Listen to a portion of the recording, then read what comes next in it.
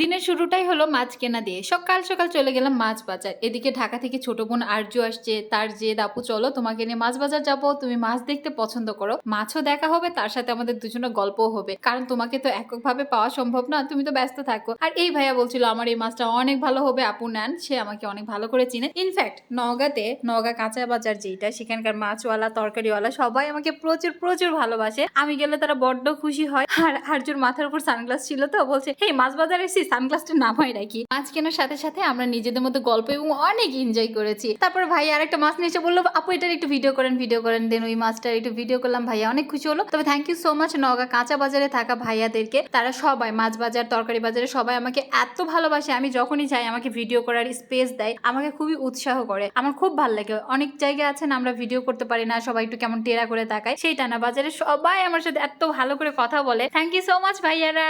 ও আরো একটা কথা, আপনারা যদি মাছ বাজার যান তাহলে এই লাইটিংটা দেখবেন। মাছ বাজারে যে উপরে লাইটিংটা করা আছে এটা দেখবেন, এত ভালো লাগবে, বিয়ের বাড়ি ফেল।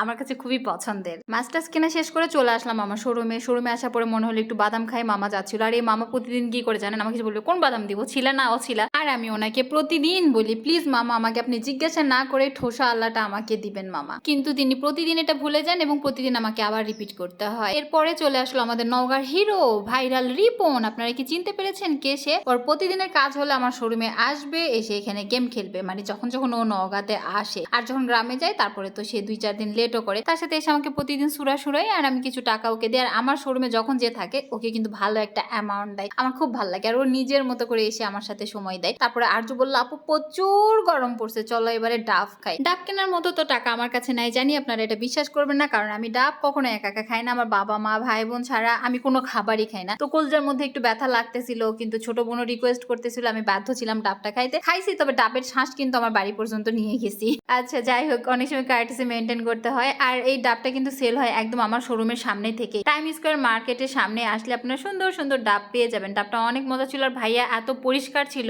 প্রত্যেকটা ছুরি টুরি যেগুলো দিয়ে কাটে ডাব সেটা সুন্দর করে কাপড় দিয়ে বাঁধা ছিল। আমি খুবই মজা করে খাচ্ছিলাম। তবে আমার মনের মধ্যে মনে হচ্ছিল ইস মামনিকে দিতে পারলে ভালো লাগতো। তবে মামনি এবার আসলে মামনির বাবাকেও দেবো। ডাব খাইছি এখানে শেষ, ওয়েট, ডাব খাইছি তো কি হয়েছে, ডাবের শ্বাস খাবো, ডাবের যে খোলা আছে সেটা লিয়ে যে বাড়ির চুলার দিয়ে পুরবো। আমি 1 টাকাও নষ্ট করবো না বাবা, একটা ডাবের দাম 120 টাকা, বুঝতে হবে। তারপরে আমরা এগুলো খেলাম আর না টাটা আরজুকে পাঠিয়ে দিলাম। এর মধ্যে আমাকে রাসেল ফোন করে বললো বন্ধু তুমি কোথায়? আমি বললাম শোরুমে। বলছে একটা ফোন লাগবে, তাতে তুমি শোরুমে আসো। দেন ভিভো Y18। আমার ফোনটা এত ভালো লাগছে, ফোনের কালারটা জোস ছিল। আমি এখনো পর্যন্ত কোনো ব্র্যান্ডে এই কালারটা দেখিনি, ডার্ক কফি। এই ফোনের প্রাইসটাও ছিল অনেক কম, মাত্র 16,000 টাকার মধ্যে আপনারা 6GB র্যাম এবং 128GB রোম পেয়ে যাচ্ছেন। তার সাথে এত ফ্যান্টাস্টিক একটা কালার, তার সাথে ব্যাকপার্ট ফ্রি থাকছে এবং থাকছে একটা প্রোটেক্টর। ওয়াও, কে না চায় এত সুন্দর একটা ফোন অল্পর মধ্যে। যাই হোক, ফোনটা আমার ভালো লাগছে। তারপর আমার ফ্রেন্ডদেরকে আমি সুন্দর করে ফোনটা দিয়ে দিলাম। এরপর আমি কিছু টাকা ওদের কাছ থেকে বুঝে নিলাম এবং আমার বাসা থেকে আজকে আমাকে টাকা পাঠাইছে, সেটা আমি গুনে নিচ্ছিলাম। বাবা মার কাছ থেকে কিছু পাইলে যে কি আনন্দটাই না লাগে। আপনারা তো শুধু ভাবেন কই পাই টাকা।